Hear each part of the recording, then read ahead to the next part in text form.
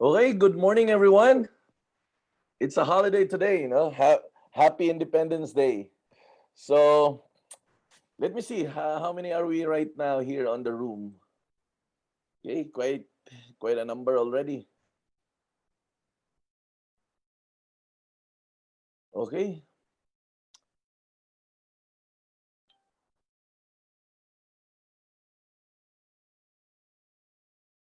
okay. So welcome, no, welcome to our session 2 for condominium specialists, no. So we've tackled this actually last Friday, and unfortunately we were not able to finish it. Uh, because of the length of the discussion and the juice also of the discussion. I intentionally not to make it rush. I intentionally uh, take it slow so that we can masticate, no, we can masticate or chew the information that needs to be chewed, no. And sometimes the problem with training is not actually on the compliance of the training, but actually the problem with training at times is um, the retention, no, the retention. A lot of us actually attended a lot of trainings already, but unfortunately, we were not able to retain those things because in the business of in the business we have right now, there are two things that we would like to remember, or I would like you to remember. Number one, as much as you are in business for yourself, meaning you're going to be doing this business, you're going to be selling properties, and at the same time you're going to be building your network, you're going to be building your organization, you're going to be building your team. Now, because you are building your team, there is also a need for you to know and to learn how to teach them. It is one thing to know, it is another thing to teach. Not all people are really good at teaching, but I always believed in my heart that anyone can teach. Why? Why I do believe that case that anyone can teach? Because everyone can be a parent. And if you are a parent, and anybody for that matter can be a parent, meaning we can teach. The moment you and I was elevated to the parenthood possession, that day or that moment, we were actually elevated into a certain position that we are capable to lead, we are capable to teach. So I really don't buy the idea that we cannot lead, and I really don't buy the idea also that we cannot teach. Because if that is true, then what would happen to the Filipino family or to the entire world's family? Then it would be more chaotic, no? So meaning, it's not true. It's not true. And biblically, it's not what God designed, no? So meaning, since leadership was been appointed in the family, meaning there is someone that can lead and there is someone that can really teach. Okay? So we're just looking at the principles behind. Because a lot of people will always say na, ay, Jove, ikaw lang mag-train kasi gift mo yan. No. Everyone has it. Everyone has it because, sabi ko pa nga eh, the way or the time when you were elevated into the parenthood possession, you are already appointed by the Lord to be the leader and the teacher. Being a parent, we have children to lead and we have children to teach. Meaning, what could be if you don't know how to teach? Eh, gulo-gulo yan. No, gulo-gulo yan. So meaning, we just have to learn it. We just have to learn it so that you and I will be able to teach it. Okay. So, yan, nakapasok na, no? Nakapasok na. So, before anything else, this afternoon, supposedly we will be joined by Primary Home Cebu, but I think because of the holidays, they have canceled it. So, good thing is that Property 24 offered their slot, but however, it will not be in our meeting room, it will be in their meeting room. So, I've sent in the group chat, in the chat room, practically all of the chat box, um, the the details for the Property 24 meeting this afternoon. Now, the reason why I invited you there, because as what I have shared, now the business of real estate had become more and more competitive. Every single day, we are actually competing with one another. In fact, the one that joins today, our colleague, kasamahan natin dito sa DPPI, is part of that competition. They are also our competitor. Internal lang nga, no? They are our internal competitor. But aside from the internal competitor we have a thousands of competitors outside. And whether you agree with me or not, you need to have tools. You don't go into the battle without gears. You really have gears. You have ammunition, you have weapons. Because if you go to the battlefield and you're carrying nothing, it would be in a snap of a finger that you're gonna die or you're gonna be killed in the battleground. So in order for us to survive in the battleground, you need to be or we need to be equipped and we need tools. You cannot build a house without the tools. You cannot build a building without the tools. You cannot build a business without even a tools. There will always be tools that you are going to use. And Property 24 and Carousel are one of those tools. No? A lot of our sellers actually are using that tools and they were enjoying quite a good sale. Just for example, just yesterday, uh, I don't know if Richard Lisondra is here, but Richard Lisondra was able to make a sale in Deca Homes or Romok, and it was his Lamudi client. No, um, who else? Milona. Milona is a Property 24 subscriber now who keeps on selling in Butuan. It's a Property 24 deal. Who else? Jennifer in La Justa in Bohol now who keeps on selling properties. It's a P24 subscriber. And there's a lot more. No, I cannot remember everything, and they have their own group chat, and it's doing well. You need to have tools because if you don't have tools, it's really, really difficult. Yes, we can fight back. Yes, we can survive, but tools would really make the difference. No? Tools will really make the difference. And and I always say this, this is a business. And in any form of businesses, you really have to have some investment. Not not not for any other reason. Just when we say investment, meaning there has to be returns with that. If you use properly whatever things you have invested, there will always be returns. There will always be. So as I use the word always, meaning it's gonna be consistent. There will always be result. Okay? So let's go. Yes, no, we are already 2018 here, and at the same time, we're live on Facebook, no, in our Facebook groups. Okay, so you can revisit there and whatever things we are going to discuss. Okay, so let's go. Now, last week we were talking about condominium specialists. I'm gonna run through whatever things we have discussed. Then we go to the juice of today's meeting. We've run through the condominium specialists. In fact, we started with the common terms that we discussed because this is important. Uh, We often hear these words in most of the project review that we are attending. In fact, every afternoon we do have project review, and we get to hear these common terms. And sometimes because we're new in the business, sometimes we are confused and we don't know exactly what does it mean. So we run through this definitions. Then we talk about the types of condos because there are types of condos. There are walk-up types. There are mid-rise condominium. These are 5 to 12 story height.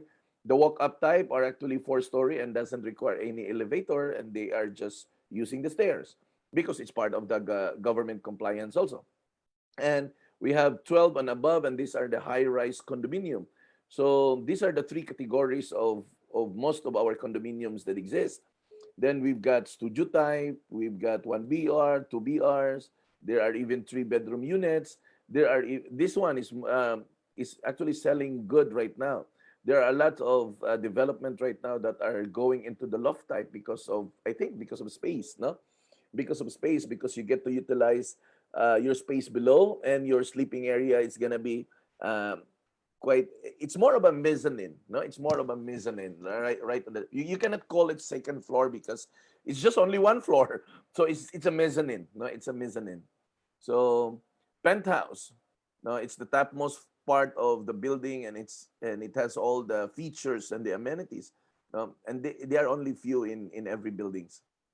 Okay, so we've discussed all the things that we need to remember when we do selling condominium. And right now, we're going to do some applications with the things that we need to remember. Now, we had our discussion yesterday with Athara Condominium, and I hope you were able to remember this one, that these are important things that we need to remember the moment we go into condominium selling. Number one, the name of the developer, of course, because that's where reputation will come first.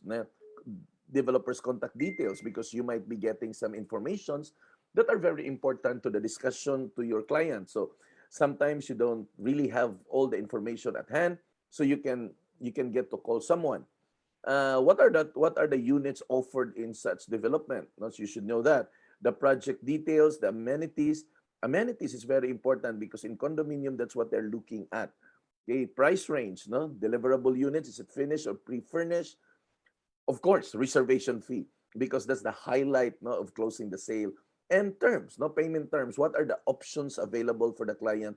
Because when a buyer this gets to decide what are the things that he needs to buy, the greater weight actually will go into the payment terms. Kung kaya ba niya or hindi ba niya kaya.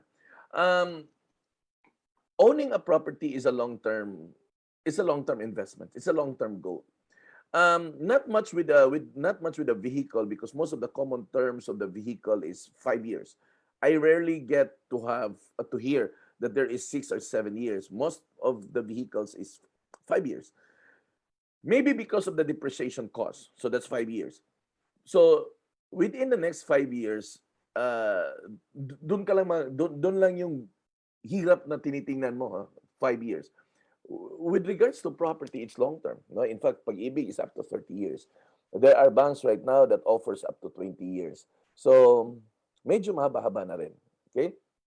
So these are the things that we have tackled too. You need to have the inventory, because you need to know what are the things that are available. You need to have the site development plan, because you need to know where are the buildings are situated, because there are buyers that are really particular with the facings of the building. So you need to have that. Of course, if you haven't gone there, you should have a map. Okay, that's the vicinity map. But if you were able to go there, it's gonna be easy for you to describe where to go. Then this is where we left off, no?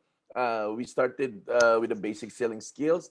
In fact, we ran some few um, ideas in here that selling is all about conversion. No, we are talking about people that you have engaged in the past. It's either your existing customers or client, or it's either your new client that you meet somewhere. It could either be in Facebook, in social media, or even in a personal encounter.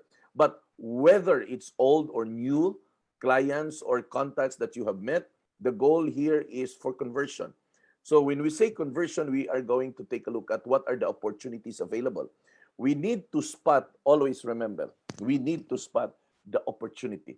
Because if we cannot spot the opportunity, it's going to be totally impossible for us to really get the sale. So doon tayo, kumbaga doon tayo babalik. You know what?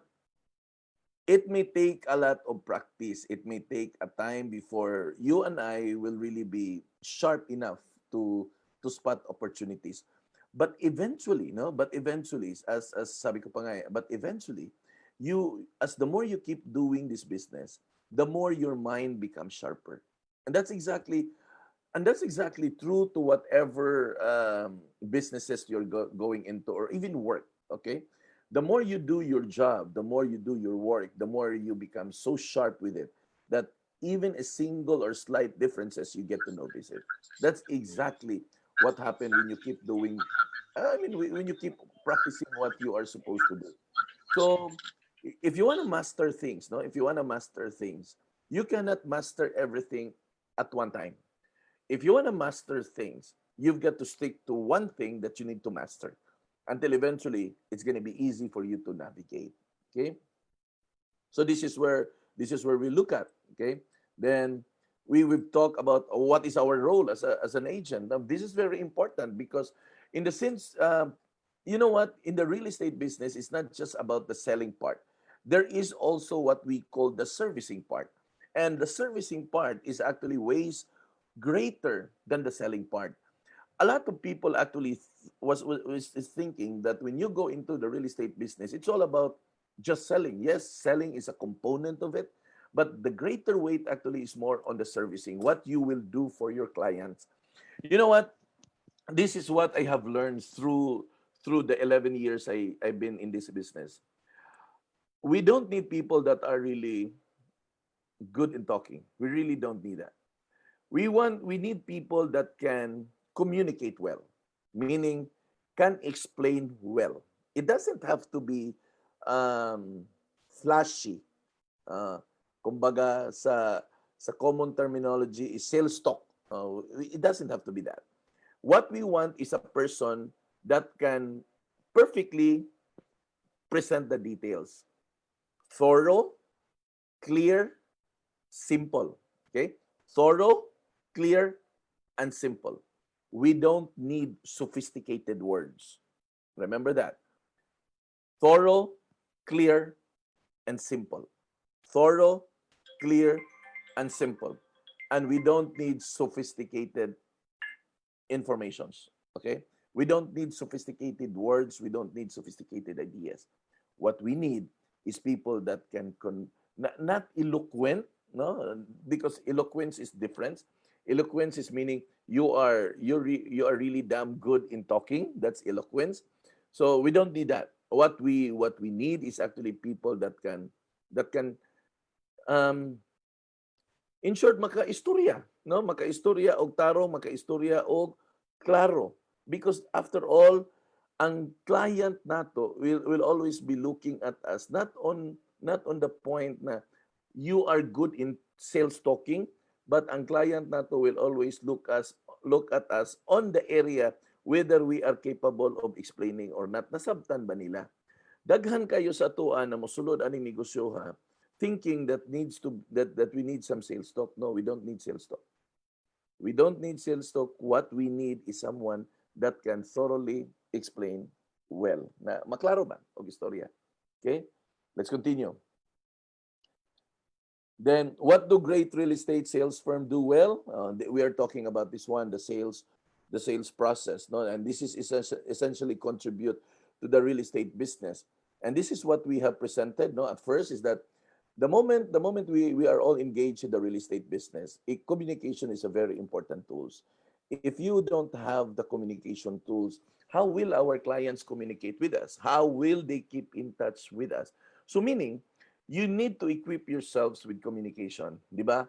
If you can remember yesterday with Miss Jim, and she even said that we already have this form of communication, Messenger, Zoom, and everything, no? So these are the things that people use in order to connect with us. So for people that are really outside of the country, most of them are using Viber, WhatsApp, and Kakao Talk. Kakao Talk are actually most of the Korean areas.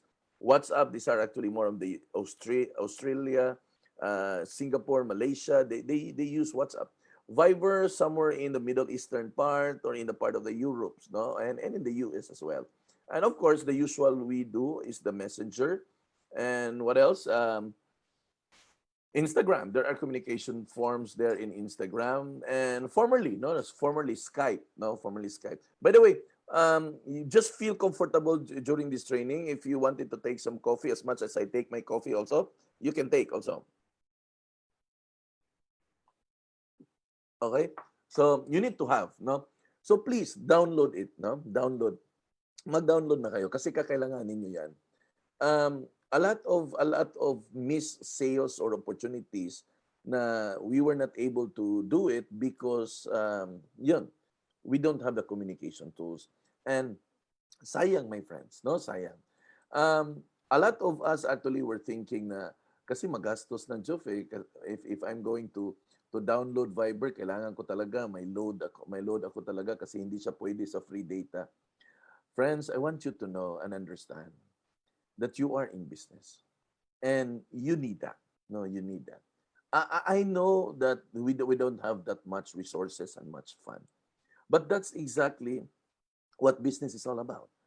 We've got to do some sacrifices in order for us to achieve what we really wanted to have. All of these things doesn't come easy, no, but they are all doable. No, I'm gonna be upfront with you.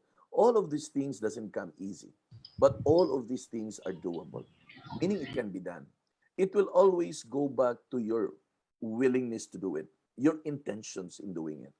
Now, we always remember that what we want to do is for all of us to really improve in our craft, in our business. If you are not going to improve on whatever things you're going to be doing, you will never really be able to see changes in in everyone's life. No, so you've got, sabi ko pa nga always for things to change, you've got to change. It will always begins with you. It will never really happen that automatically it will change. So sabi ko pa nga always remember, for things to change, you have to change. Sabi pa nga ni Einstein insanity daw to keep doing things over and over again and you are going to expect a different result. So that's insanity. No, that's what Einstein said. Okay, let's continue. So this is the sales process that we have tackled into. Okay, and in this cycle, we always begins with prospecting. Prospecting is the most important tools. Is the most important part of the cycle because without the prospect, wala tayong i-qualify. Wala tayong i-qualify, wala tayong isa-site tripping, wala tayong ipresentahan ng project, wala tayong i-close. That is the reason why we're investing so much on prospecting. Number one, your presence in the social media is a form of prospecting. It's not a form of selling. Okay, there's no selling yet. Selling will only begins when there is a prospect that surface. When there is a prospect that will inquire to you, that's where selling begins. But the bulk of our job here is to make yourself and your product visible. And where do you do that? You don't go outside anymore and do flyer. That's illogical. That's illogical. Can you just imagine? Even if you print 2,000 flyer, you're just staying in one location. Your reach is within that location that passes by. And they are not even the target market because those people that passes by in where you stand probably just passes by. So meaning you're just wasting your time, you're wasting your money, you're wasting your resources, and you are tiring yourself up. That's the reason why no longer can you see a real estate agent standing in the corner sa kalsada at nagbibigay ng flyer. It doesn't work at all already. Maybe before in the past, but not now. So you got to go into the social media. Ito, pag-usapan natin yung prospecting. Just a short recap. Number one, okay na ako doon, nasa Facebook na kayo. Walang problema dyan. So, explore your Facebook, no? You join groups, you make some pages, para you will be able to maximize your exposure. Number two, right now, there is a growing increase, there is an increasing growth, sorry. There is an increasing growth of people using Instagram. And I think it's about time that you gotta consider using Instagram. You can link your Instagram with your Facebook, meaning when you post in Instagram, it will also be seen in Facebook because they're owned by Facebook, of course, no? So in short, you've got to explore those possibilities. Possibilities are endless. Always remember, possibilities are endless when you talk about exposing yourselves. Okay. And number three, when you are already there in the social media, please be consistent. If you are not consistent, then therefore you are not noticed. Tatalunin ka sa mga tao na consistent dun sa social media. Gera ang pinuntahan natin, kaibigan. Lahat sila may armas. Lahat sila kayang kumalabit ng trigger. Ikaw, kung hindi ka gagalaw at hindi ka iilag, matatamaan ka. Patay ka. So what you will do is this. You make yourself visible and do it regularly. You've got to be regular. You've got to be seen by people in there. Okay? So if you are not the type of person that you're not comfortable with social media, when you really got to embrace it because there's no any other way. There's no any other options. No? Especially right now, we are in COVID. You cannot go out there and go house to house. No? So that's it, no? So we invested so much in prospecting. Property 24 is a prospecting tools. Lamudi is a prospecting tools. That property is a prospecting tools. Those are the things that we use in order to gather prospect. You need to have that. We need to have that. All of us, actually. Next. So this is the entire sales process. It involves three components. the lead generation, our sales presentation, and be able to handle if there are any objections raised by our clients. Always remember this one. If you are able to present clearly, thoroughly, no, and precisely, simply, kanang overcoming objection kung naaman gani, gamay ra.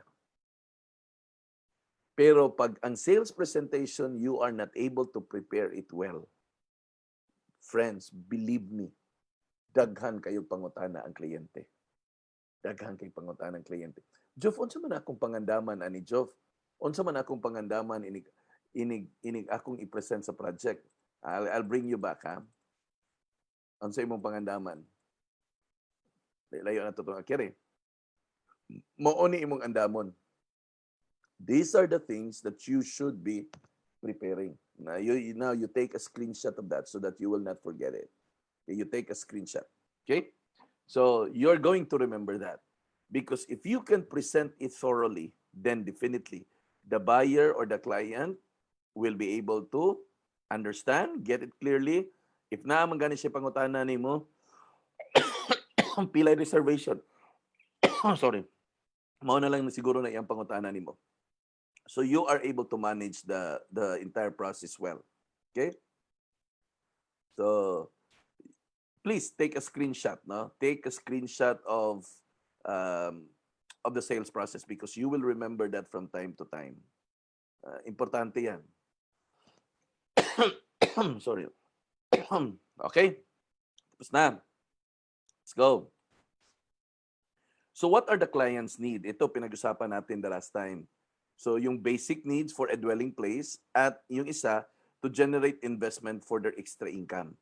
Now, when we talk about condo, most of the people that nakausap natin dito ay pinag-uusapan investment. Rare lang kasi ang pinag-uusapan dito pag patungkol sa condo na dwelling place na magsi-stay lang siya diyan, magiging permanent residence niya. Rare lang. Kung meron man siguro mga panandalian lang, hindi rin for the long term. Kasi yung mga tao na for the long term talaga na wanted to build a home and a family, they will always go and opt for a house and lot. Dito, kung titira man sila, it may be for just a number of years. Kumbaga, kaumpisa lang, bagong kasal siguro, isa pa ang anak, so yun lang. But for the long term, I think not. Pupunta talaga yan sa house and lot. Okay? Tuloy tayo. Now, here, clients needs, pag may need yung client, doon nag-uumpisa na makapag-create tayo ng opportunity. Dalawang opportunity ang makreate dyan. Una, yung gusto ng dwelling place. Pangalawa, yung gustong pang-investment. Yung gustong pang-investment, maganda yon. Kasi yun ang magiging repeat buyers natin. Hindi yan makontento ng isa. Kasi pag kumita na yan, isa lang ibig sabihin. Pag kumita na yan, mag-i-invest at mag-i-invest at mag-i-invest. Pag naayos mong may serbisyuhan siya, kukuha siya balik sa iyo at hindi siya pupunta sa iba. Pag hindi satisfied sa iyo, wala na kayong pag-uusapan. Automatic yan, maghanap yan ng ibang ahente. Okay? So, DPPI property specialist should be keen on presenting solutions to our client. Solution. In-underline ko dyan, solution. Pumunta ang client sa atin kasi may problema siya. Hindi naman problema na heaven and earth na problema. But something that he needs a help. And you are the solution provider for that. And when you are able to provide solution for him or for her, ito lang ang masasabi ko, hindi kanya makakalimutan. Always kanyang maalala. Okay? Tuloy tayo. So this is where we left off actually. Okay? So we're talking about the buying process and the selling process. Now, there are two things that are actually happening in a parallel. Now, on the side of the client, this is the buying process. It will always be presented to us by a need or a want. On the side of the seller, our side, our role is to identify the need. Because if we cannot identify the need, we will be pushing a wrong property to the client. Kasi ito kasing mangyayari eh. Pag ang tao kasi, ang hanap niya, nag-isip na kasi siya eh. Ang hanap niya ay investment. Ibig sabihin, he will be keen on how much money I will be making. He will be keen on the location kung etong project na to ay marami bang uupa, marami bang magrerenta o mag-aarkila. Keen siya dyan. So, if you're going to push a property that is ideal for a home, hindi siya kukuha. Kasi iba yung hanap niya. So, you've got to identify the need. Now, on the client side, he's going to choose some options. Your role actually is to present the solution and the benefits. Okay, so na-identify mo ng need. Then you prepare. You prepare for projects. 2 or 3 projects will do, no? Huwag mo nang damihan masyado, no? But meron ka talagang isa na main push. Okay, ibig sabihin, ito yung una mo talagang i-push, but meron may spare ka na sakasakaling mag-no siya doon. Okay.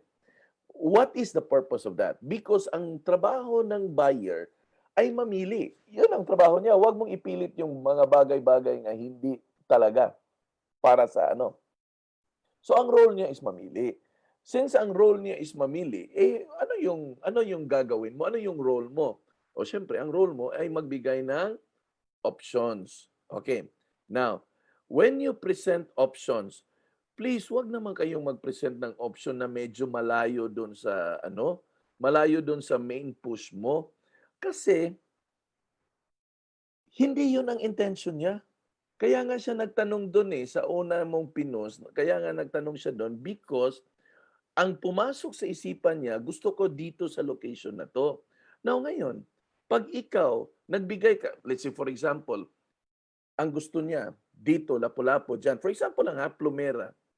Ngayon, nag-offer ka ng condominium Antara, yung second option mo, Talisay. Ano kaya sa tingin mo ang maiisip niya?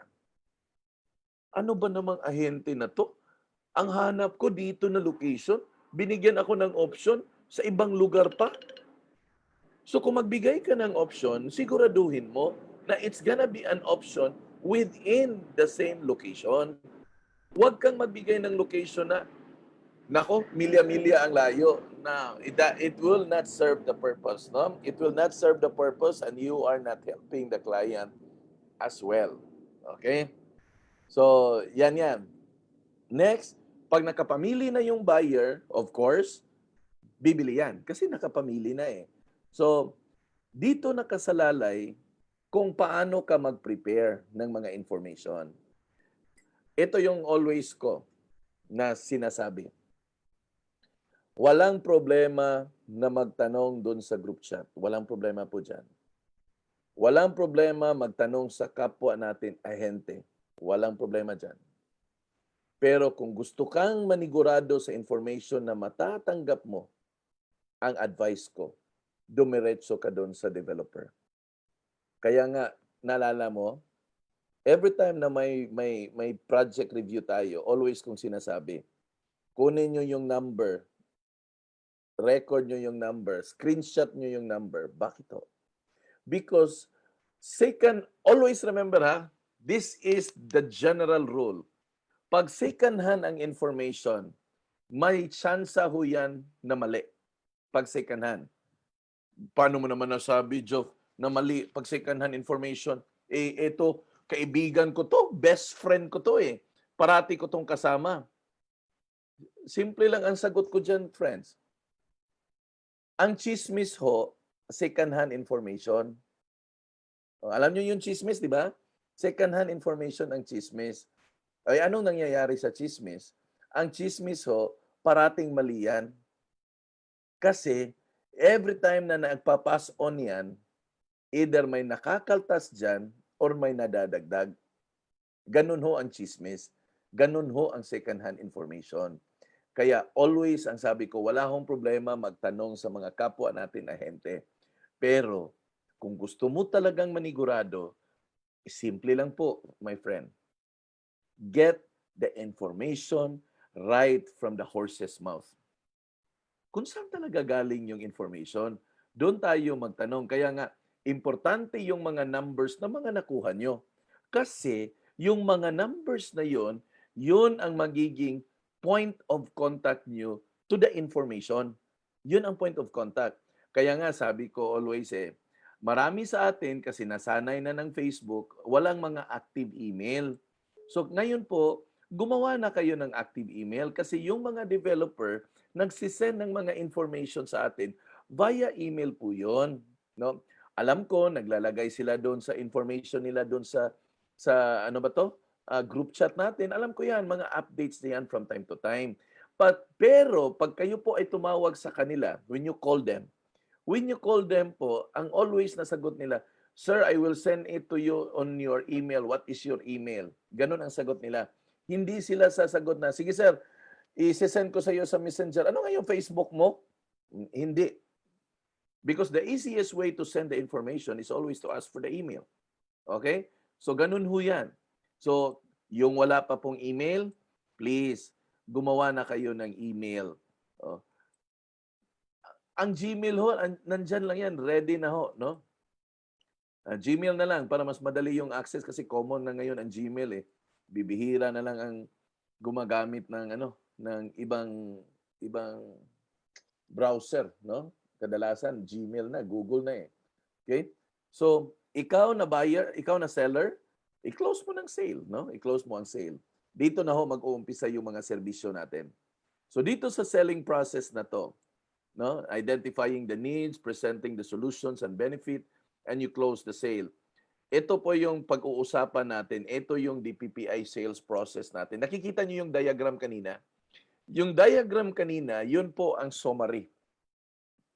Summary po yun. Prospecting, qualifying, presentation, site tripping, closing the handling objection, and closing the sale. Summary ho lahat yun. Summary yun sa mga nangyayari dito sa proseso.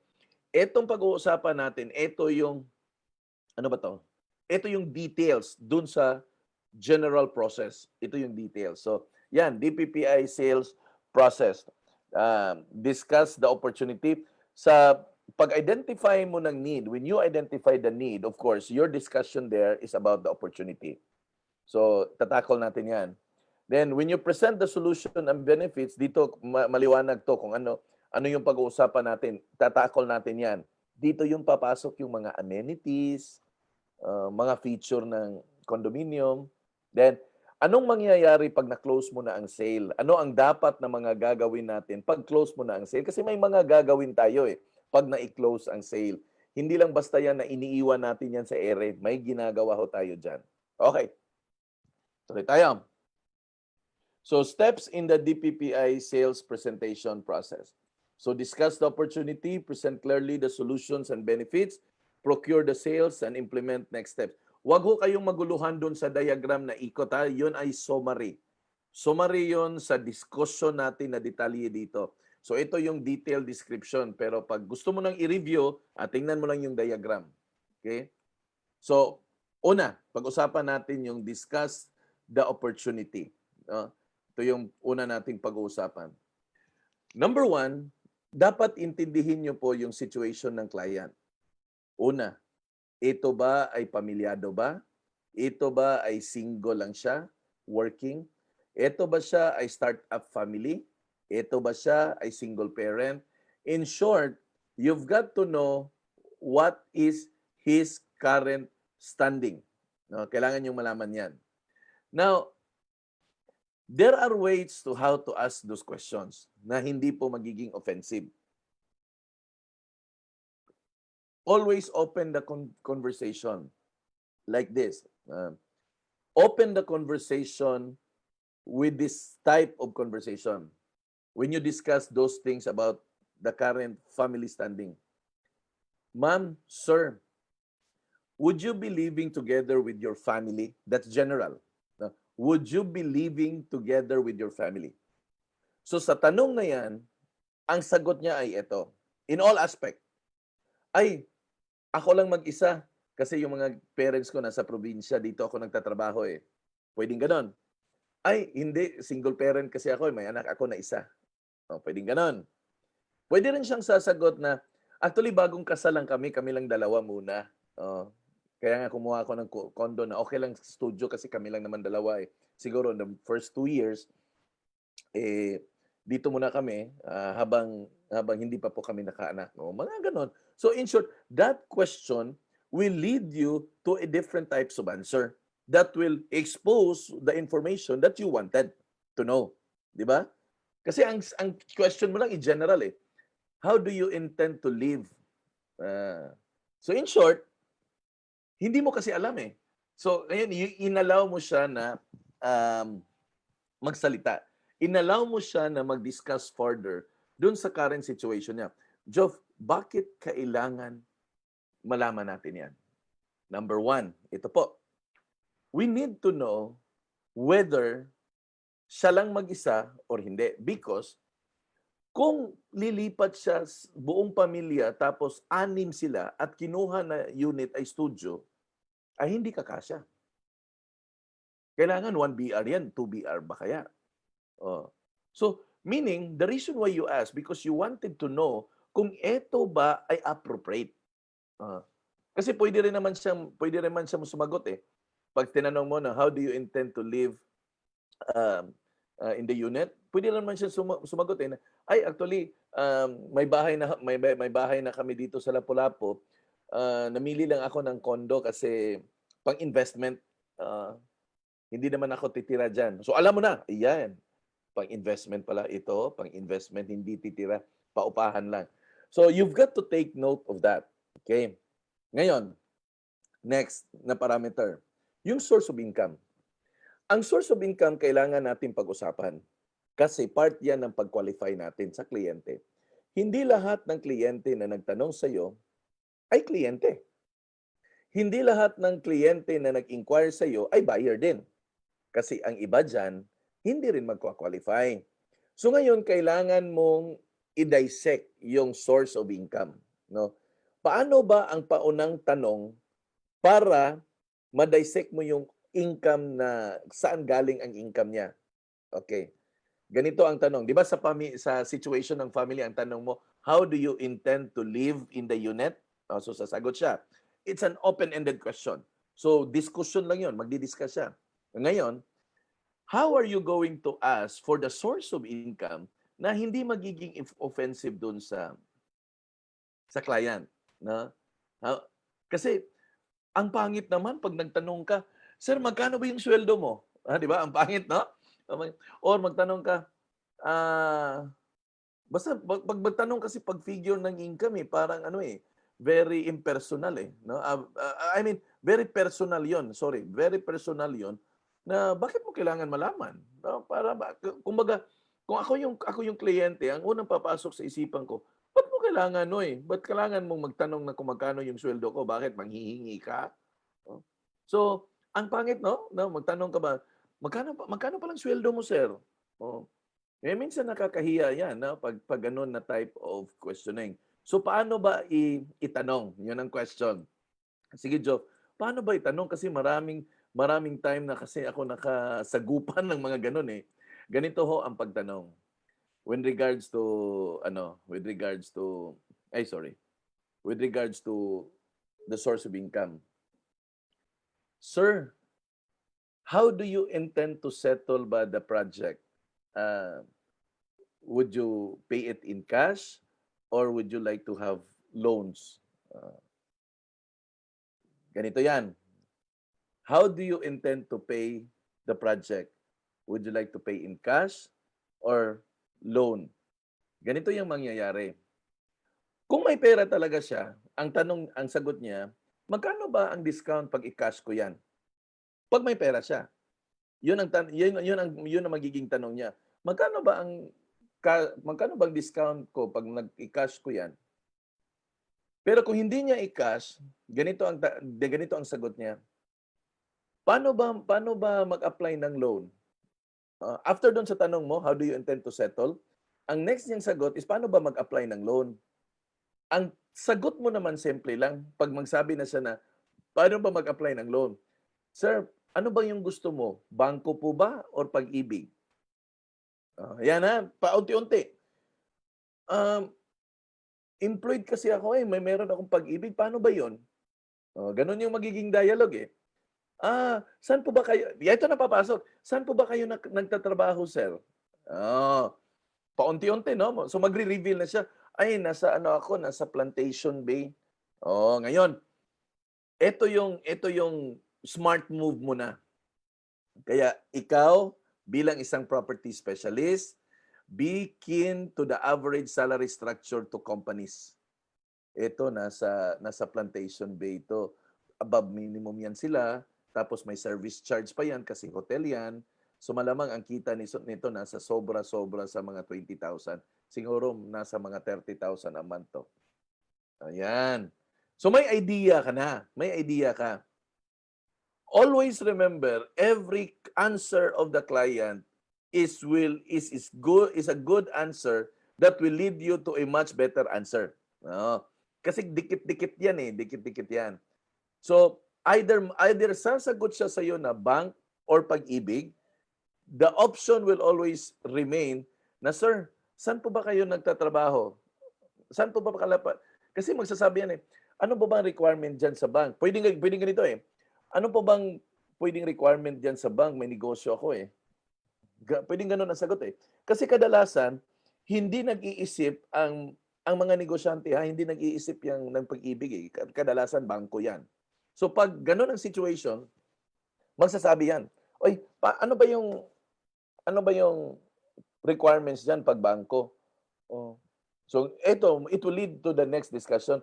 Sir, saan po ba kayo connected? Pwedeng gano'n, no? Saan po ba kayo connected? Ay, hindi ako konektado, nagninegosyo lang ako. Okay, ano yung negosyo mo, sir? Para natin, ma-evaluate natin. Ay, meron akong refilling station dito. So more or less, matatansya-tansya mo na yan. Sir, may permit naman kayo dyan, sir, no? May mga documents kayo, may mga papeles kayo kasi kakailanganin yun sa loan processing, sir. Pag empleyado naman, walang problema yan. Ay, okay, madali lang, sir. Pag nasa Plantation Bay ka na lang pala eh. Ang gawin mo lang, sir, is actually may pag-ibig remittance naman kayo. Hingi lang po kayo, sir, ng Certificate of Employment at saka may payslip naman po kayo.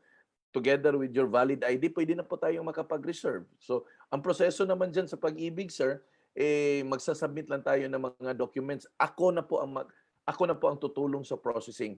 Ganon. Always present yourself to be of service. Okay? So, yung dalawang bagay na yun are very important doon sa diskusyon nyo. Mahababang diskusyon eh. Mahababang diskusyon. But, things can be shortcut the moment na may buyer ka na talaga. So dito kasi, doon sa discussing the opportunity, it will help the client recognize the opportunity to make more benefits for them. Dito niya makikita kung ano yung mga pwede niyang ma-enjoy na mga benefits doon sa process ng discussion. Kasi pwede mong maipresentar eh. Sir, alam mo sir, sa pag-ibig sir, hanggang 30 years yung loan natin.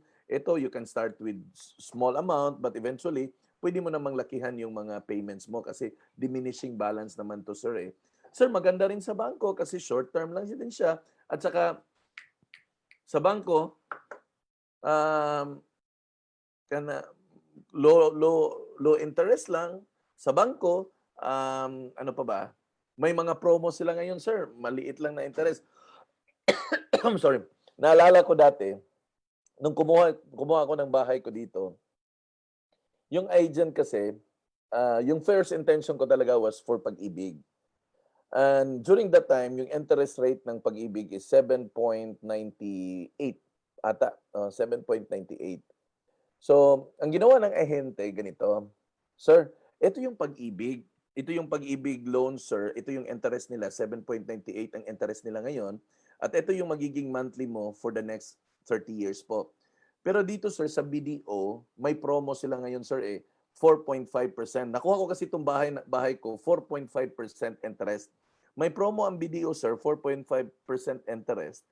15 years to pay lang. Ang magiging monthly mo dito, sir, 13,000. Dito, sir, sa pag-ibig, halos the same lang, 13,000, pero mababa ang term.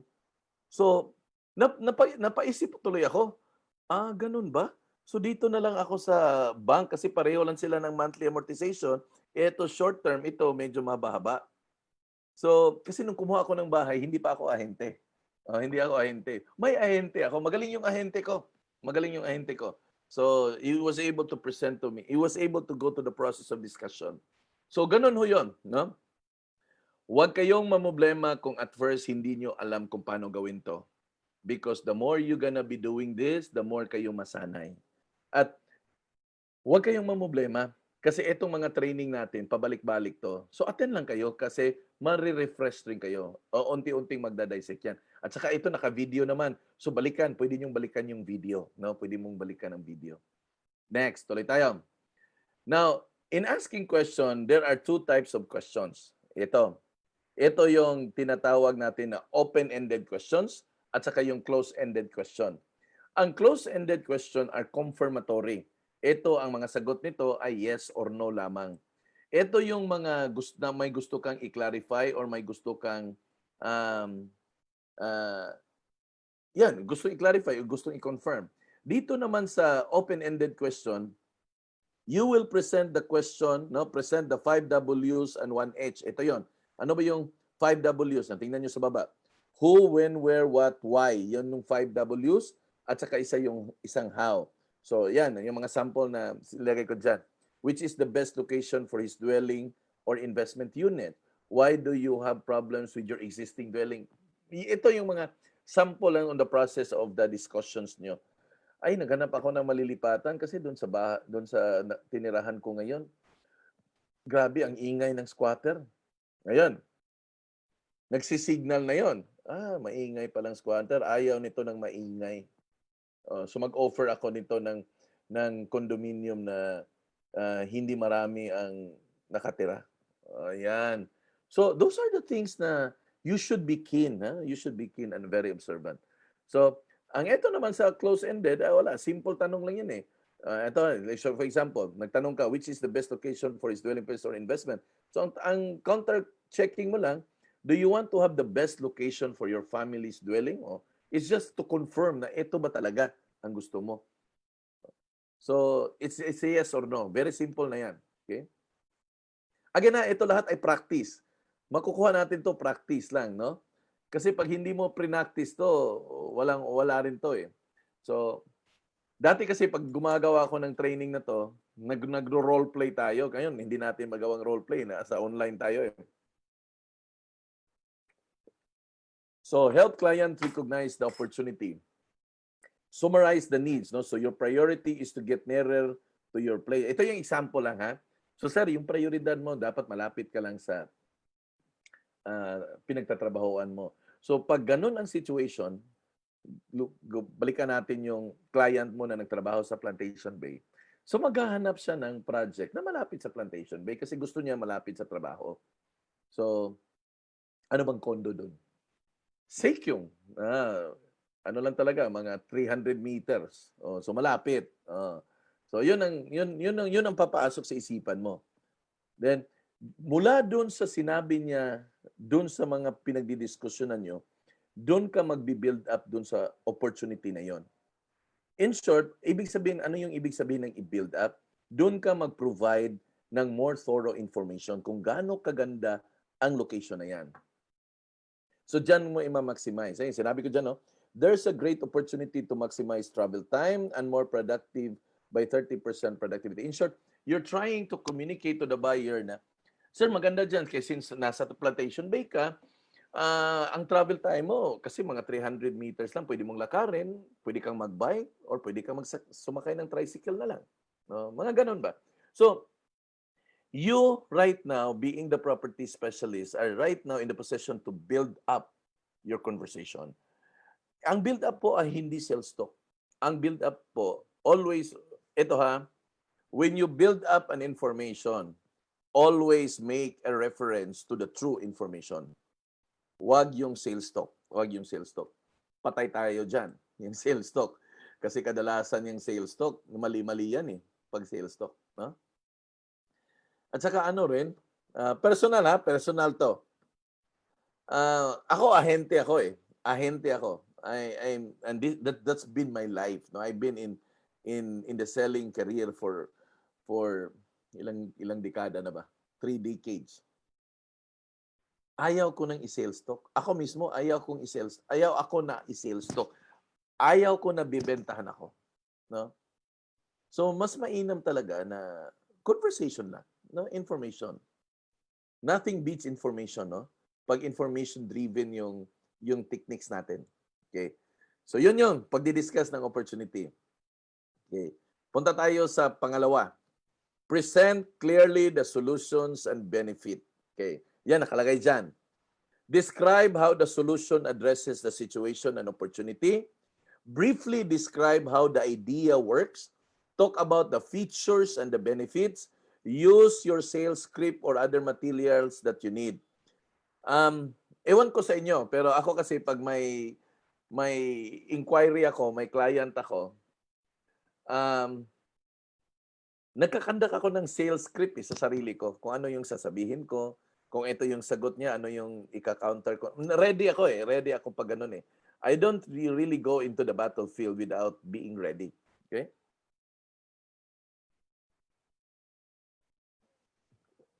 Sorry. Kasi pag pupunta ka sa battlefield na hindi ka ready, patay ka dyan. Believe me, matatamaan ka ng bala dyan.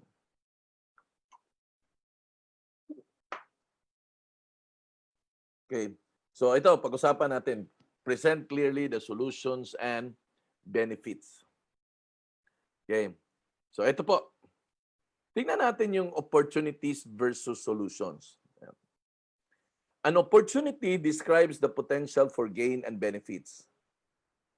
Yung solution describes the sales action required to realize the benefit. Okay. Dito sa kabila po, makikita mo yan sa kliyente. Di ba una, yung process natin, you need to identify the need. Ano yung need? Dwelling place ba niya? Or for investment? Dalawa lang yan. Okay. Pag na-dissect mo yan, yan po ang pagbabasihan ng mga opportunities natin. Whether ang hanap niya ay unit lang na matirahan niya or hanap niya unit na pwede niyang paupahan para pang negosyo. Dito, an opportunity describes the potential for gain and benefits. Okay. Ito yung pag-usapan natin. Kung na-identify mo na ang gusto niya ay for investment, dapat maipresentar mo kung paano siya kikita at paano siya be-benefit dyan. Kung residential dwelling naman, ipipresent mo rin kung ano yung magiging advantage niya at ano yung magiging benepisyo din niya. Kasi, pag hindi niya nakita yan, na may advantage sa kanya at may benefit sa kanya, walang point na kukuha siya dyan. Kasi ang tao is always gonna ask this question, what is it for me? Or what's in it for me? Ano bang meron dyan na para sa akin? Always remember this. Ang tao ay normal po yan na mga tanong. Ano po ba ang meron dyan na para sa akin? Kasi kung walang para sa akin dyan, ba't ako kukuha dyan? Okay. Ngayon, dito sa solution nga side, a solution describes a sales action required to realize the benefit. So ano yung gagawin mo para ma-address mo yung opportunity na present ni client sa'yo? Of course, pag ang hanap niya ay dwelling, mag-prepare ka ng project na angkop or fit doon sa gusto niyang tirahan. Ayaw niya ng maingay. So maghanap ka ng kokonti lang na mga unit owners para hindi maingay. Kasi definitely pag maraming tao, maingay talaga yan. Kung investment naman, maghanap ka ng project na maganda ang location. Kasi pag rental business, location ang pinaka-una na titingnan mo eh. So, nasa sayo ang ball game ngayon. Nasa sayo ang pag-dissect ko, ano bang ma-information? Ano bang project na ibibigay ko? Ito yung location, ito yung situation. Kaya nga, pag ikaw ay isang property specialist, dapat observant ka sa mga lugar-lugar na madadaanan mo. Hindi pwedeng hindi ka observant. Kasi yan ay magagamit mo by the time na gagawa ka ng mga presentations mo. Okay, next dito. Always get the clients to agree that there is a compelling opportunity. Pag hindi po nakita ni client na dito sa sinasabi niya may oportunidad ay wala kayong patutunguhan. Alam mo ano yung mangyayari diyan? Magtatanong at magtatanong lang. Ang mangyayari diyan ay puro inquiry lang. Kaya nga minsan sabi mo sa sarili mo, bakit naman 'tong mga tao na 'to puro naman lang inquiry? Wala namang nagre-reserve, wala namang bumibili. It's because simple lang po. Ganun yung ending diyan, no? Hindi mo na ipresenta na makita ng kliyente para ma-compel siya dun sa opportunity, no? Kasi kailangan niyang makita eh. Right? Ito yung example. Um, Nandito ba si Mel? Mel, are you here? Mel Berdan? Hello, Mel? Kasi interviewin ko to eh. May magandang lesson to eh. Nandito ba si Mel Berdan? Baka nakatulog to eh. Natulog siguro to. Ay, wala na, no? Sorry. Ay, wala. Sige, ganito na lang. I-share ko na lang. Lately, may shinare siya sa akin na client. Ang client, ang hanap is commercial unit. Okay, commercial unit. Naalala nyo yung may nag-present na commercial, hindi ko malala, basta may nag-present sa atin na PKS na commercial unit. Ngayon, yung commercial unit na yon, sa pagkakalam ko, mga 12 units lang ata yun eh. Kukonti lang. Basta kukonti lang. Ang situation is ganito. Gusto niya commercial unit.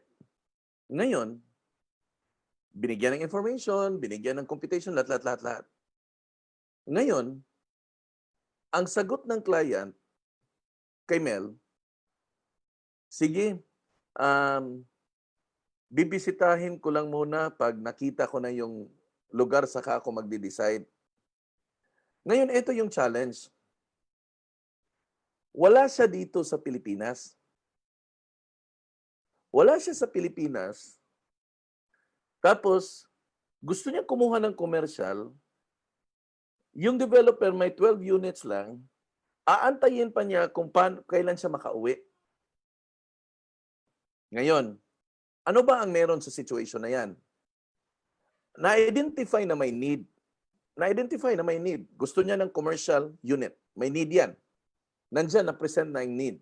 Pero, hindi na-realize ni client na walang ganun karami na supply ng commercial units.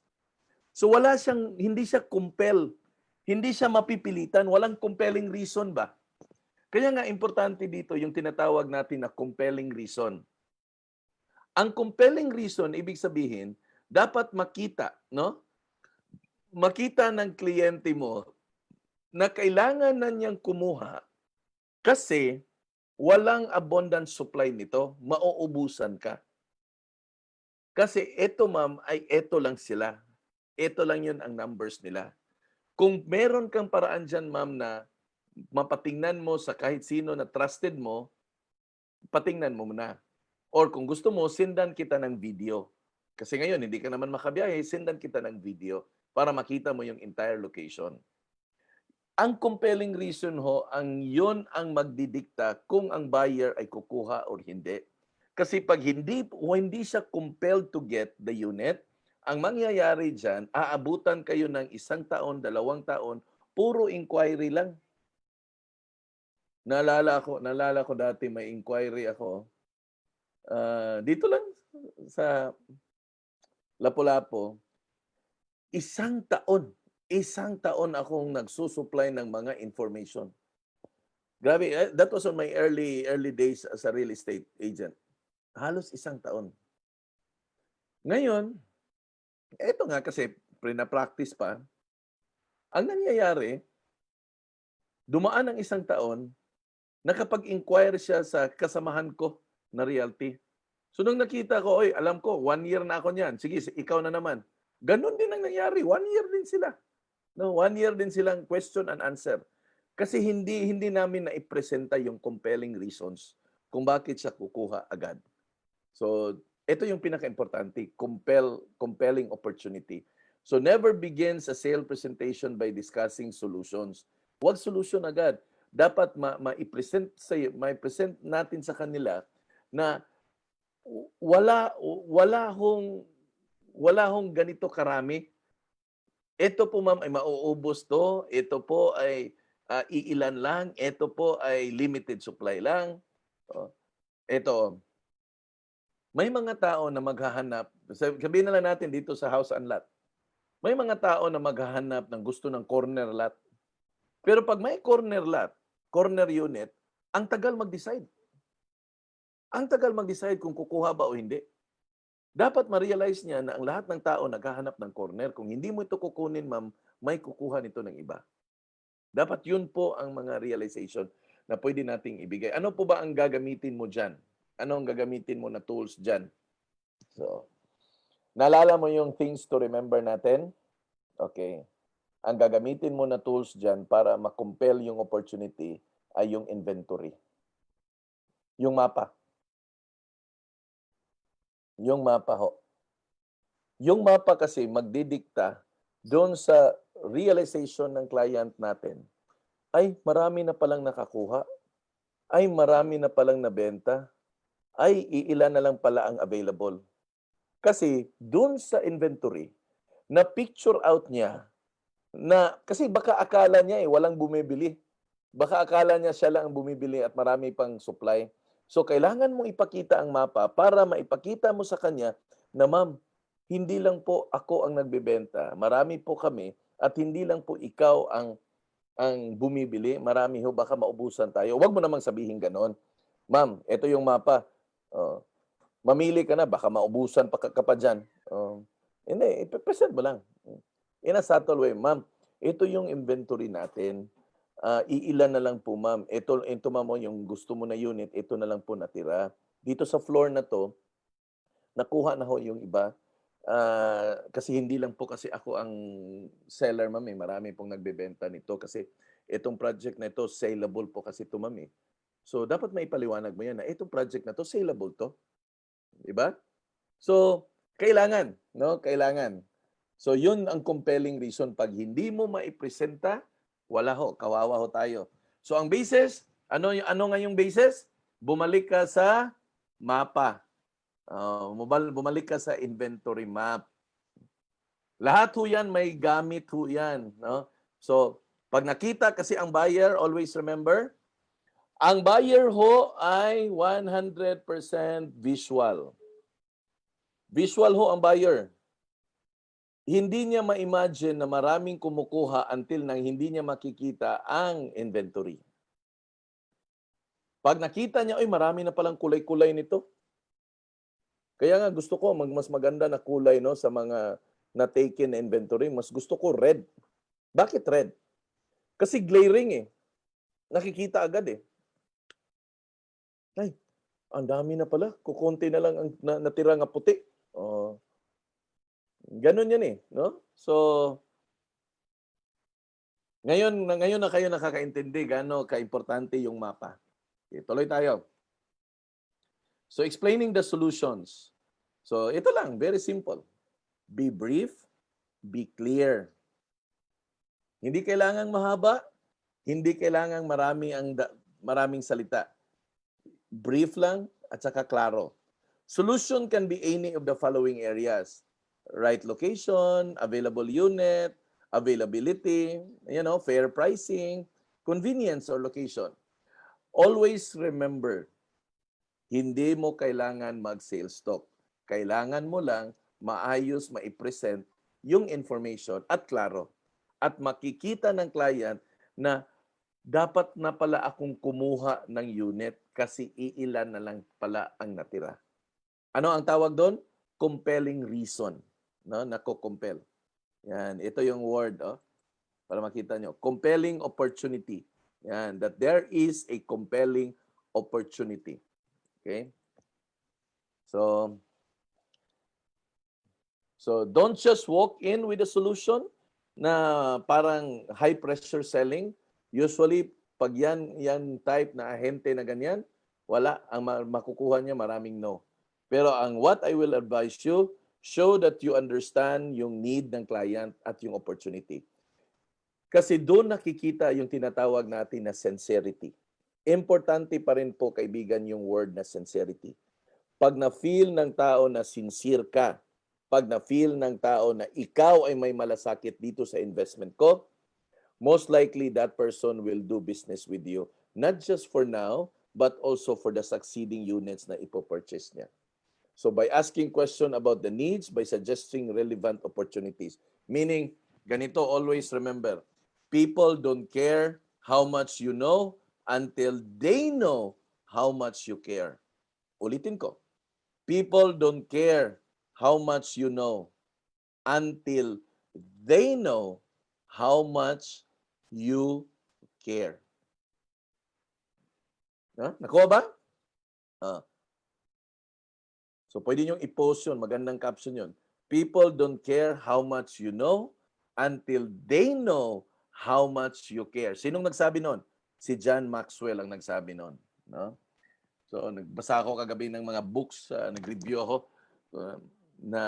Napasada ko uli yun. Ay, ito yung mga one of the favorite statement ko.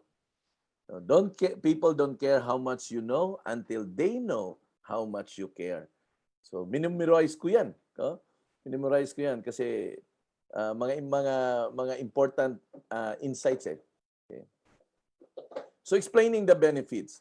Every client situation, always tandaan na ang mga sitwasyon ng ating mga kliyente ay unique. Always describe your solution in a way that it addresses their specific needs or unique situation. Di ba? Nag-process na kayo, nag-usap na kayo, alam mo na yung situation niya. At ito, yung pag-describe mo sa solution ay angkop doon sa mga specific needs talaga niya. Do this by describing the solution features. Stress the benefits to your client. Okay. Always solution, always benefit to your client. Dapat yun ang makapture niya. Ito yun, kaibigan. Always have in mind that people will always ask the question, what's in it for me? What's in it for me? Ano ba ang meron dyan na para sa akin? Pag yan ay nakita ng buyer, kung anong meron dyan na para sa kanya, wala ho siyang rason na hindi siya kukuha. Okay? So, provide the details. Ito na. So, offer the appropriate information based on the individual client. Hindi, may mga generic rules tayo. Pero etong kausap mo na kliyente, specific yung need niya. Magbigay ka ng project na angkop dun sa pinag-usapan nyo. Kasi, kung hindi mo tailored fit dun sa pinag-usapan nyo, malamang mag-usap kayo eh. Presyo, location, ano bang gagamitan niya, personal ba, tirahan lang o paupahan ba? Ikaw ang nakakaalam nun. Na kung ikaw ay magpipresent sa kanya na hindi angkop doon sa individual opportunity na pinakita sa iyo, wala, hindi siya kukuha. Kaya nga, ask if the client has any suggestion as you present the details. Tanungin niyo siya, ma'am, okay lang po ba ito? Ano, may question po ba kayo? Ma'am, may katanungan kayo? Bakit to? Kasi the earlier ma-clear kung ano yung in-doubt sa kanyang mind, the better it is for all of us. Okay? Haba, no? Nandito pa tayo sa P, procure the sale. Sabi, tapusin natin to hanggang I. Pero hindi pa tayo tapos din. Hanggang I lang, DPPI pa muna, no? Pero magandang discussion to, no? Magandang discussion. Kaya nga ayaw kong madaliin kasi magandang discussion. Procure the sales, no? Or get the sale, or close the sale. Other terminology lang yan ng procure the sale. Naghanap kasi ako ng, naghanap kasi ako ng word na magiging DPPI din eh. No? Yan, DPPI pa rin eh, para madaling maintindihan. Pangalan ng kumpanya, DPPI, pangalan ng detailed discussion ng sales process natin ay DPPI. So yun, so hanap ako ng word, ang hirap maghanap ng word. Ayan, procure the sales, no? Number 1, you got to be actively listening for buying signal. Buying signal can happen anywhere in your conversation. Mangyayari yan. May mga tao na very obvious yung mga buying signal. Next is have a bias for action. Ask for investment. Ask for the investment. Use a variety of closing techniques. May mga maraming closing technique tayo eh. Agree on what success looks like. Okay? So pag-uusapan natin to, no? Yung paano mag-close ng sale. Magandang discussion to eh. Number 1 rule, stop selling when you see buying signal. Ano po ba 'yon? Ito yung mga situation na hindi nakakailanganin yung mga explanation mo kasi ako buyer, nakapag-decide na ako, nakukuha ako ng unit. So wag ka nang dada ng dada diyan. Asikasuhin mo yung gusto ko kasi magre-reserve na ako. Yun yung point doon. Okay. Tingnan natin. What are those common buying signals? Okay. Questions about next steps, no? What will it cost me? Magkano ba yung halaga nito? Kailan ba ako makakalipat? The timing. Okay? Pag ang buyer nag-share ng future plans, ito, we plan to move in next month. Gusto ko namin kasi lumipat next month eh. So makikita mo, hanap nito, RFO. Yan, offer ko to ng RFO kasi gustong lumipat next month. So gusto namin na we're going to be near to our office and school. Gusto namin malapit kami sa school ng mga bata at sa trabaho namin. So sa June kasi, sa August kasi magpapasok ka na eh. So kailangan na talaga namin kukunin ang unit na to. Ayan, buying signal na yan. Huwag ka nang mag-isip pa na kung ano-anong pag-uusapan mo diyan. I-ready mo na kung ano yung kakailanganin niya. Body language, no? Ito, sitting up, tayo, upo. Lean forward, kapag ganun, no? Kasi may tinitingnan. Ano nga yung computation? Magkano nga yung monthly? Mga ganun na mga sign. Ayan, mga buying signal yan. Kasi pag nag-usap kayo harapan, pag may gusto siyang i-clear, magli-lean forward yan. Ano nga yung, magkano nga yung monthly? Ganun ang mangyayari dyan. Di ba? So, just be observant. No? Just be observant. So, yung mga closing techniques, ito, pag-usapan natin yung mga closing technique. Kadalasan ito yung gamit ko, trial close. No? Ma'am, ano sa tingin nyo yung project? Yan, trial close yan. Kasi pag sinabi niya, alam mo, gusto ko to, Joff. Pero pag sagot niya, what do you think of the project, ma'am? Hindi ko gusto, Joff. Pangit eh. Wala ka bang iba?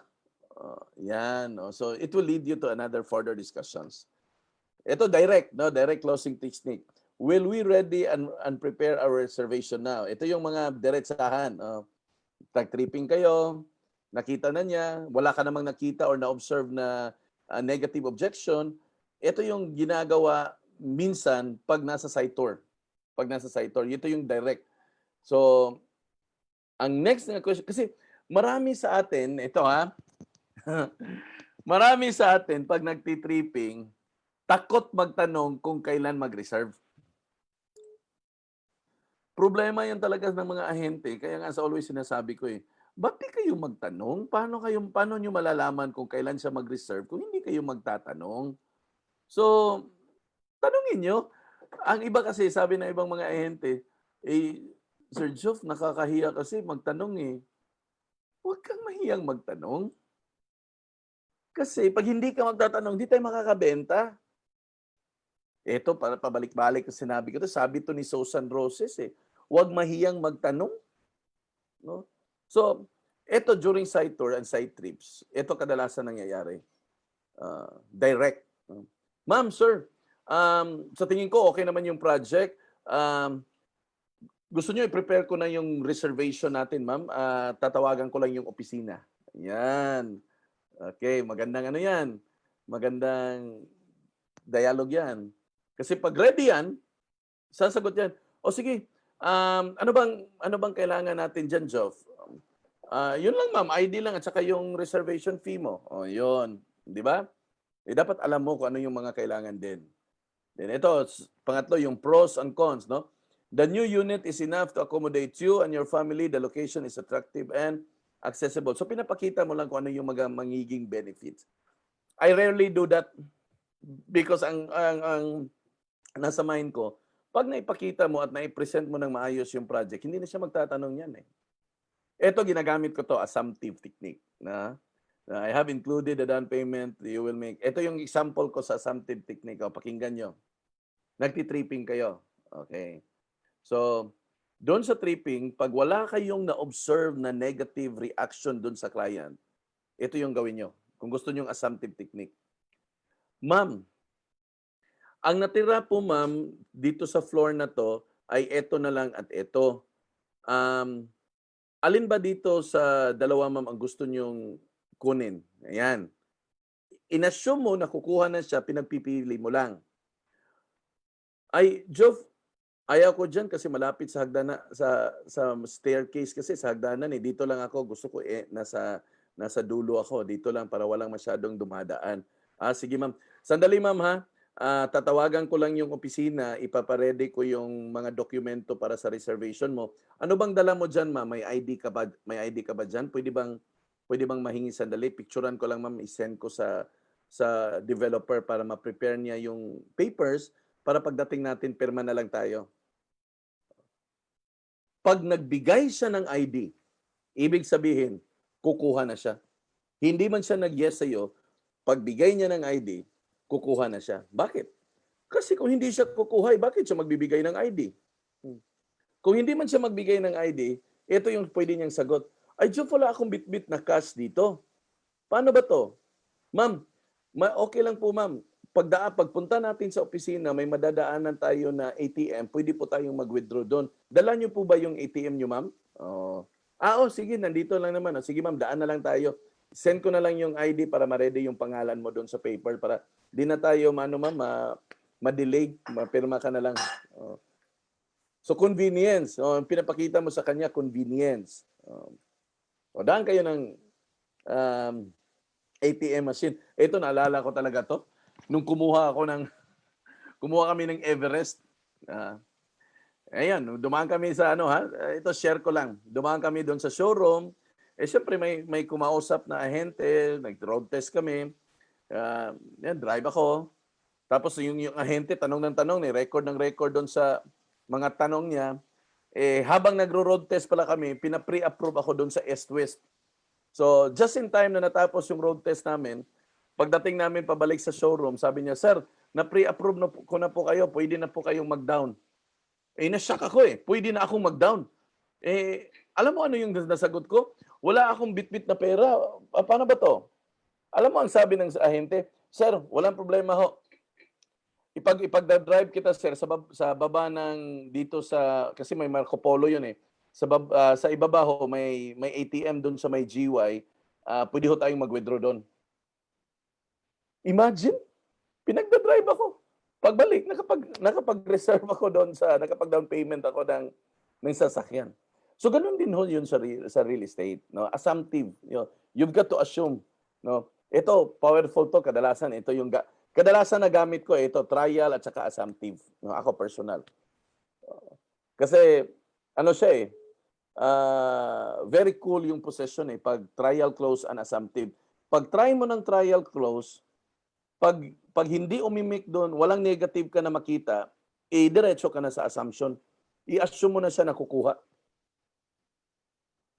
Kasi pag na-assume mo na siya, dire-diretso yan. No? Pag positive siya sa assumptive technique, ibig sabihin, wala siyang resistance na kukuha ba siya o hindi. Meaning, kukuha talaga siya. So, tuloy-tuloy na yan. Tuloy-tuloy na. So, ako personal ko yan gamit ko trial close at assumptive. Pero, may marami naman kayong mga technique na ma-experience later on Lahat yun, effective yun. So, may mga why not, either or, urgency. Ito, urgency. Maganda to, no? I have 2 more. Ito yung compelling reason, sabi ko, no? I have 2 more units left at the new building facing at the sea view, and these are the fast-moving units. So, ganito yan. May experience ako nito matagal-tagal na experience. Hindi ko malala. May experience ako nito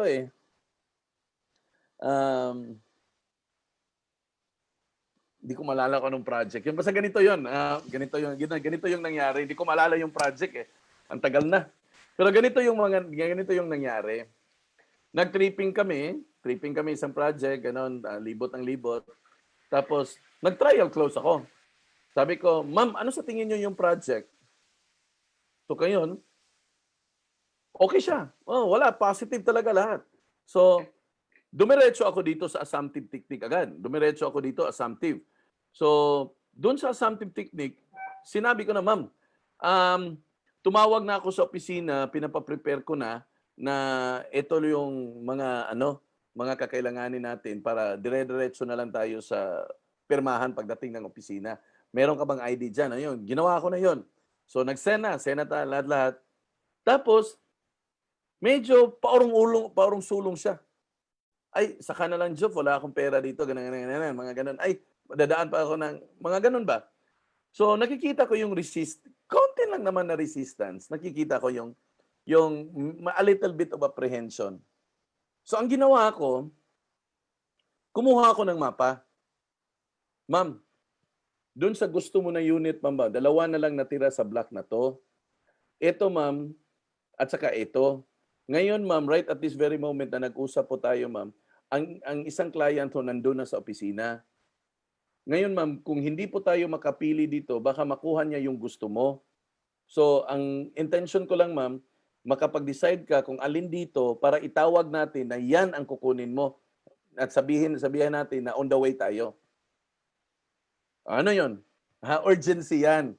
Ang tawag dyan ay urgency. Ibig sabihin, ma'am, kailangan mo na talagang mag-decide kasi dito sa mapa, ma'am, 2 na lang to. Tapos may isa doon na nag-aantay may isang agent doon na nag-aantay ng client niya na balak mag-reserve sa any one of the unit na gusto mo. Ngayon, kung hindi natin makuha to, ma'am, baka makuha ng iba. So ano yung final mo, ma'am? Kasi itatawag ko sa office para i-hold nila, sabihan ko lang na on the way tayo. So ano yun? Sense of urgency. Yan ang tawag natin, sense of urgency. Minsan kasi kailangan natin iparealize yung sense of urgency na yan. Na ito ay urgent talaga. Okay? So, tips to secure the sale. No?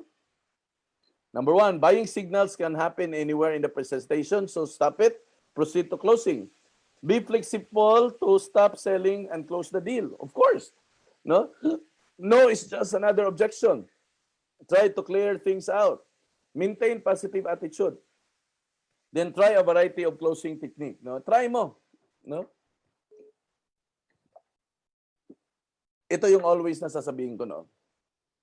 Huwag kayong matakot mag-try. Kasi the more you try doing it, the more you understand how it works. And the more you have those experiences, the better it would be for you to make some adjustment the next time around. Kung hindi mo nasubukan, paano ka makapag-adjust? Tama po ba? Okay. So, kailangan mong masubukan para ikaw mismo makapag-adjust ka. Itong pinag-uusapan natin ay hindi ito dinomero, 1, 2, 3, 4, hindi ito dinomero. It can happen anywhere in the process. Ikaw ang makakapagtansya dyan, hindi ako. So, the only way for you to master this one is to keep doing this one. Okay? So, last is implement next steps. Okay? Recap the next steps to your client kasi na-close mo na yung sale. Recap the next steps that you should do. Write down all the actions. Be prepared to implement any actions immediately if possible. Then communicate and coordinate actions with your consultant as soon as you get back to the office. Okay. Now, ang implement next step po ay documentation. Okay, ganito yan. It's 11:15. Itong documentation, guys, mahaba-habang usapan yan. Okay. So, baka akala nyo tapos na tayo. Hindi pa tayo tapos. May part 3 pa to. Baba ko muna, no, para magkita-kita tayo. Okay. Yan. Sige ho, no, para magkita tayo. Kasi iba pa rin yung magkita tayo eh. Okay. Ganito ho yun, friends. Okay. 11:15 na kasi. Ayaw ko ng medyo haggard kayo. Ayaw kong mapagod kayo doon sa information. Alam ko marami-rami tayong information, no? Ayan no, si Rowella inaantok na, no? Nanguyab na, no? Gusto nang matulog 'yan, no? So, malamang kayo rin, no? Inaantok na rin eh. So, ganito yan. Marami-rami na ho tayong information na napag-usapan ngayon. Yun ay mga relevant topics. Yun ay mga relevant discussions. Yung documentation ho, bakit ko isang session yan? Because mahaba-habang usapan ang yung documentation kasi will include loan processing. At saka, sa lahat ng discussion ko sa training, yan po ang pinaka-boring na topic. Oh, pinaka-boring sa lahat. Yung pag-uusapan ng dokumento, pinaka-boring yan. No? Pinaka-boring. At one thing alam ko, at sigurado ako, matutulog kayo. Kasi pagod na kayo ngayon eh. Napaka-boring na topic yung documentation. Kaya, on next Friday, yan ang pinakauna natin. Pinaka-number 1 yan, documentation. Nasa DPPI pa ho tayo, no? DPPI. So, nasa I pa tayo. Pagkatapos niyan, marami-rami pa ho na tayong mga diskusyon na mga points. Ang ano ko lang po dito, kaibigan, no, mga friends, hindi kasi natin pwedeng ibagsak lahat. Kasi kung ibagsak natin lahat, kailangan yung uminom ng biogesic. No? Pag ibagsak natin lahat yan, kailangan yung uminom ng biogesic. Kasi maliban na sa sakit ang ulo nyo, walang mariretain. Walang mariretain.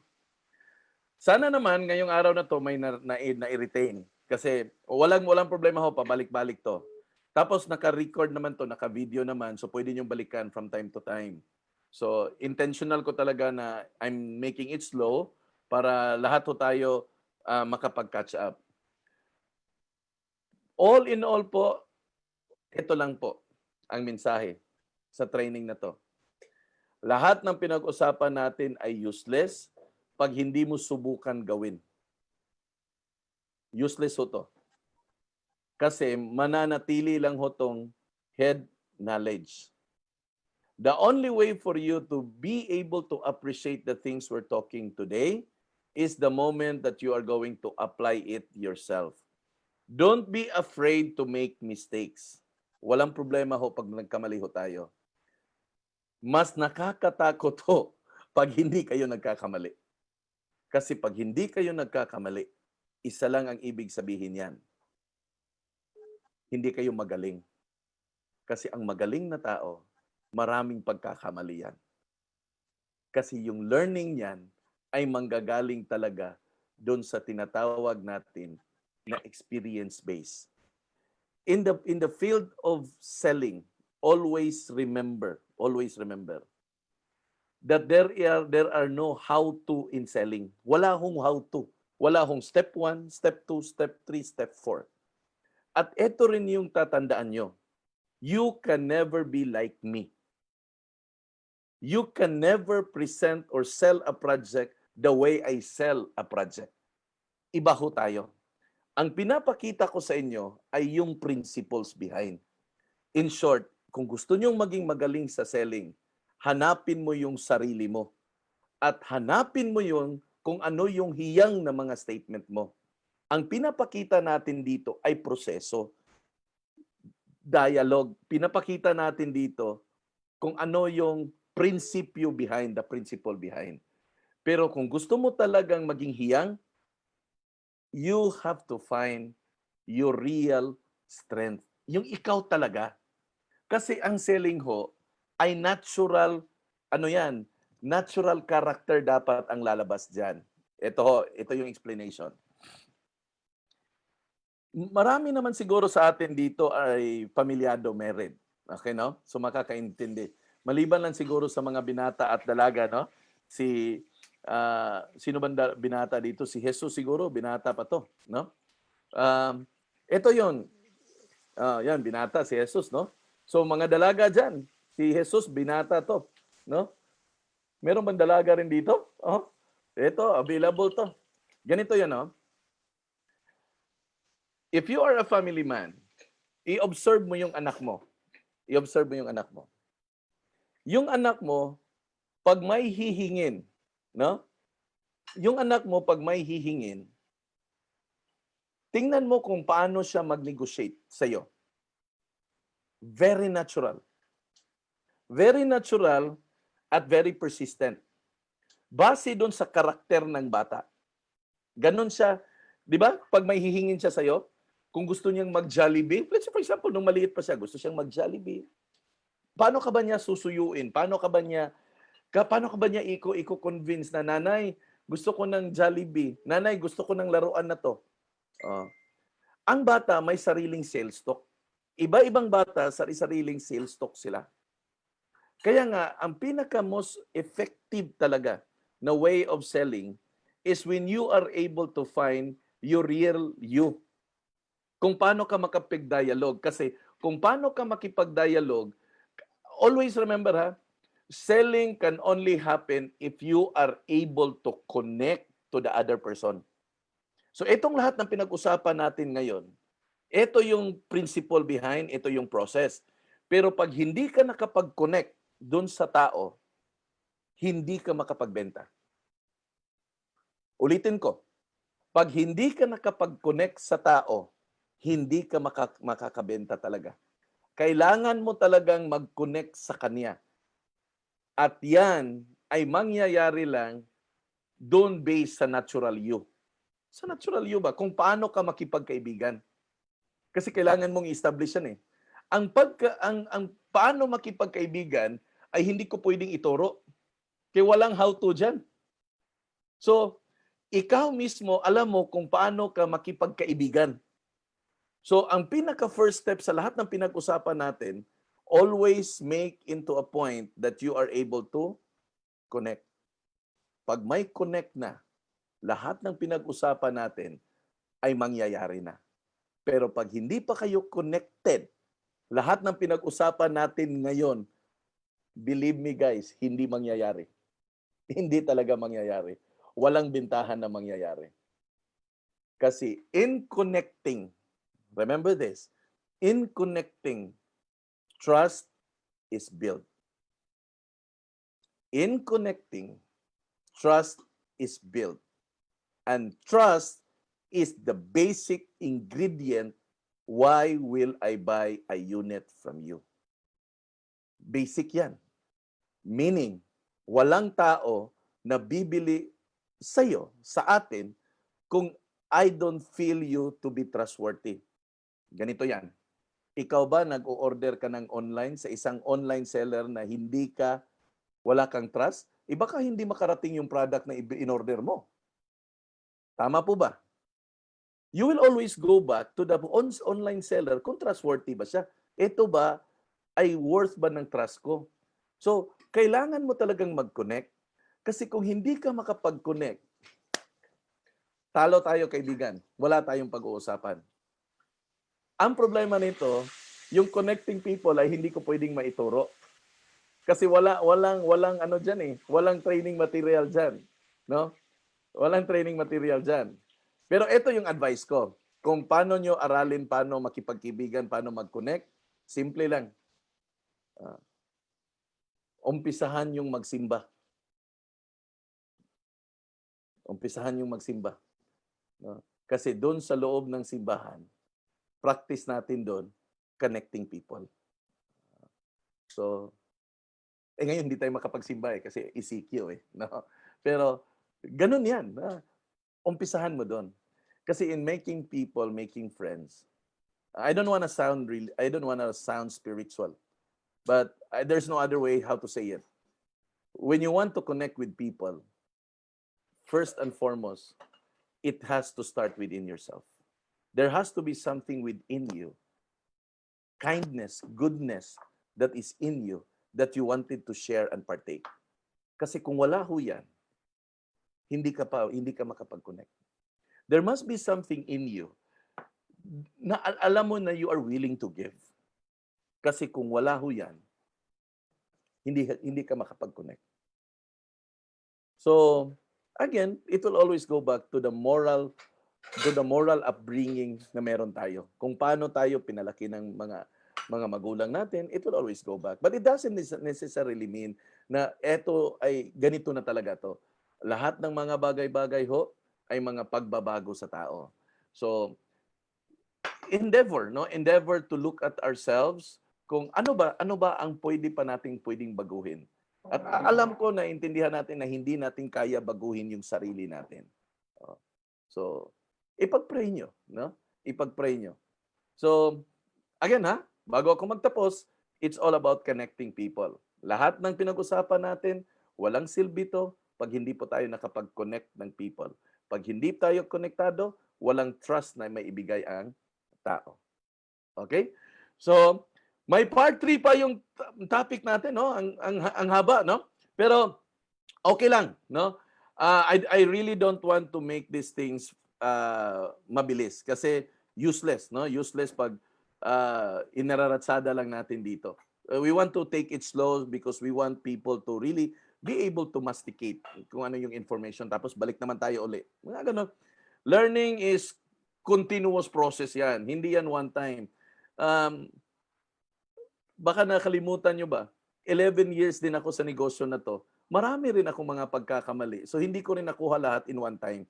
It took me 11 years also. So, kumbaga, you get more experiences, you get more learnings. And out from those things, ang importante naman kasi hindi naman dun sa mga pagkakamali. Ang importante, ano ba yung natutunan mo sa every time na nagkakamali ka? Yun ang importante dun eh. A lot of people kasi really get into frustration when they make mistakes. Mistakes is okay. What is not okay is when you are not going to correct your mistakes. Yun ang hindi okay. Pero pag ikaw nagkakamali, don't worry, that's very natural. Lahat ho tayo nagkakamali. Walang perpekto. Maliban lang kung ang pangalan mo ay perpekto talaga. No, di ba?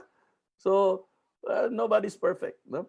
So, yan, lunchtime na, no? So, Independence Day, enjoy your holiday. Mamayang hapon ho, may Property 24. By the way, ibang meeting ID yun ha. Sinend ko doon sa sinend ko sa chat room. Ibang meeting ID at saka ibang password din. So, hindi kasi ako ang mag-host diyan kundi si Property 24. Invite ko po kayo lahat. Tingnan niyo yung tools kasi mas maganda yung pag may tools. Ang hirap makipaggera ho pag wala pong armas. Gera ho to. Hindi guys, ang sinalihan ho natin ay gera, hindi ho prayer meeting. Gera ho ito. Okay? Sa prayer meeting, ibang pag-usapan natin diyan. Okay? Thank you ho. God bless you. At ingat po kayo. Bye-bye!